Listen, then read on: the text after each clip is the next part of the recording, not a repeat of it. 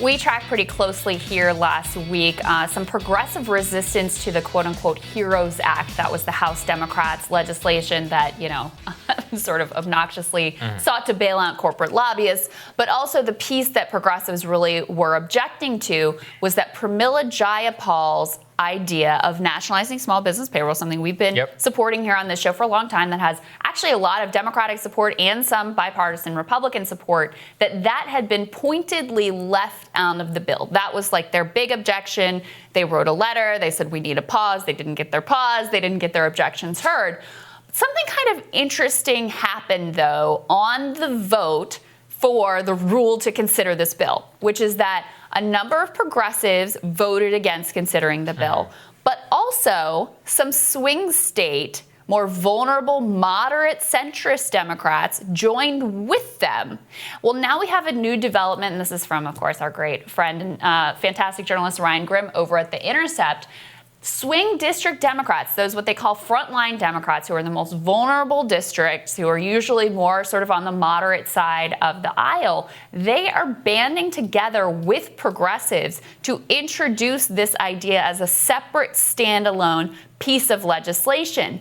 So it's one of these instances where the people who are like most in danger of losing re-election are realizing that we need populist economic approaches for their re-election, that this is not only good policy, but this is good politics. It's what the American people want to see. Yeah, this is what I pointed to. Why did Cory Gardner is not a populist, never was. Right. How did all of a sudden, in the most vulnerable Republican in the United States Senate, just goes, you know what, I'm going to sign on to that Josh Hawley bill? It's because he needs to show his constituents in Colorado that he tried as hard as he possibly could in order to make sure that they got as much support as they needed during the crisis. It's a very clear electoral playbook. If you look as if you are fighting as hard as you possibly can to help out workers and businesses, because again, this is something that paired with the PPP program dramatically helps business because it keeps them capitalized,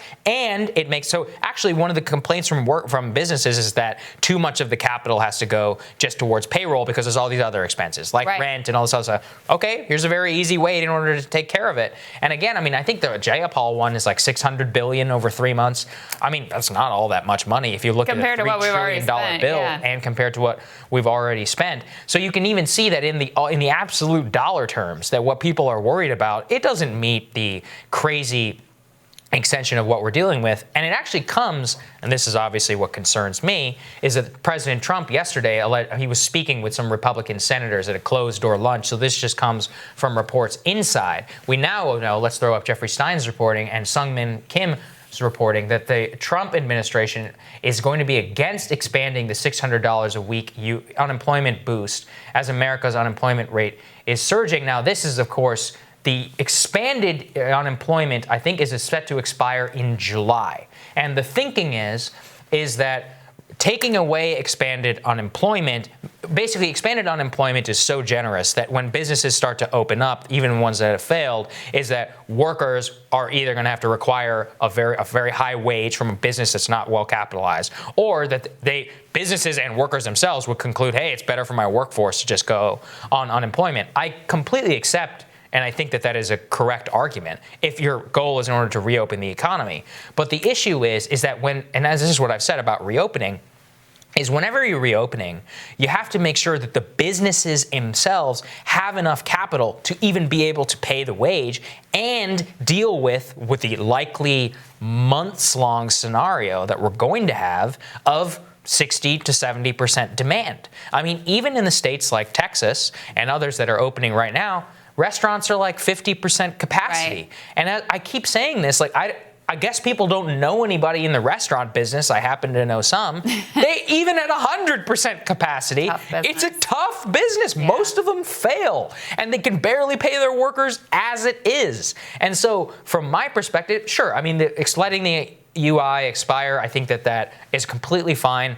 And I do think it is misguided policy to extend it and not offer more capitalization to businesses, because it would make it so that the business literally would not be able to compete on the wage. And look, obviously, I'm somebody who wants to see higher wages in this country, and I think there's a lot of different ways that we can get there. But I think that overall, they're setting themselves up for a possible political disaster, because that's the real piece where I want to focus on. I think it's a political disaster. I also think it's the wrong policy, because it tells you so much that the thing that people in this town are most concerned about, out of all of the pork that was shoved into this thing and custom written, bailouts and the money cannon, as Dave Dan put it, that was shot at big business, that the thing that they would be most concerned about is a few workers on the margins earning a little bit more on unemployment than they were when they were in their job, which is really testament to the fact that they were not earning enough in that job to start with. Look, people don't want to be unemployed. They want to have a job. I don't really think that I don't think it's the right policy, and I definitely think it's disastrous politics. And it's so interesting that, even in this crisis, even when we've covered the polling here, Americans overwhelmingly, they want automatic stabilizers, so spending goes up. I mean, any sort of populist policy that you poll the American people on, there is sky high, massive bipartisan consensus.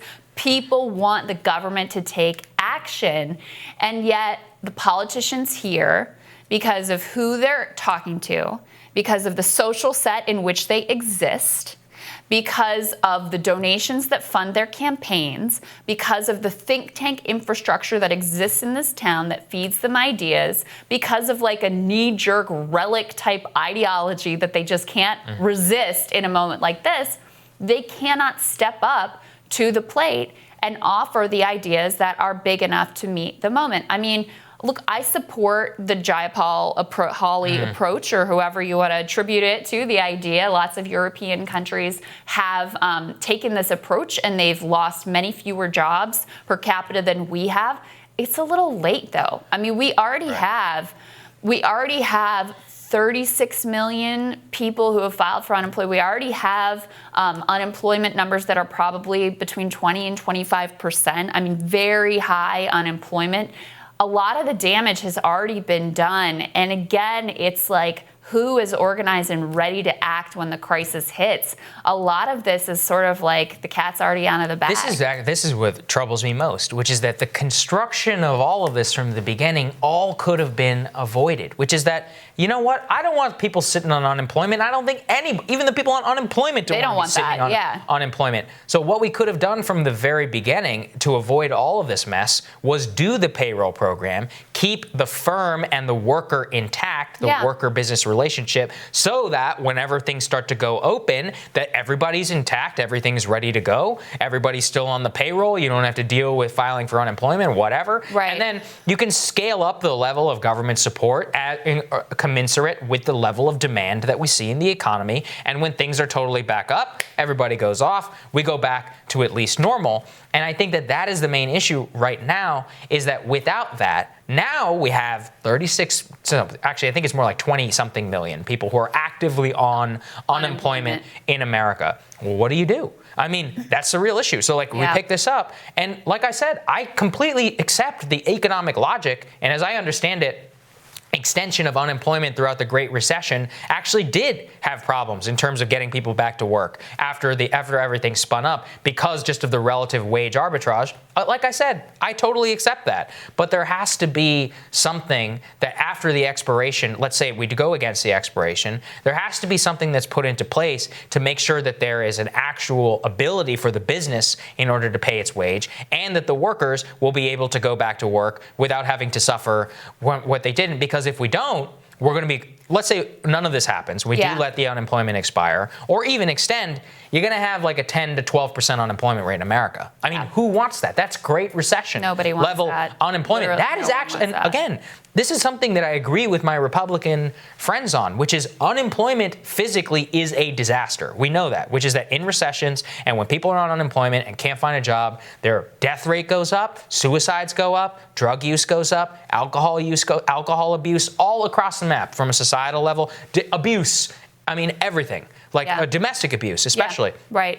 All of these things go sky high. So the most important thing is to make sure that people are continued to be employed after. And so, I mean, it's just that for a party and for a movement that does prize enterprise and all of that, we're really not understanding just how much of a toll the lack of public demand is going to have on these businesses and their ability to pay these actual workers. Right. And so that's the politics of it.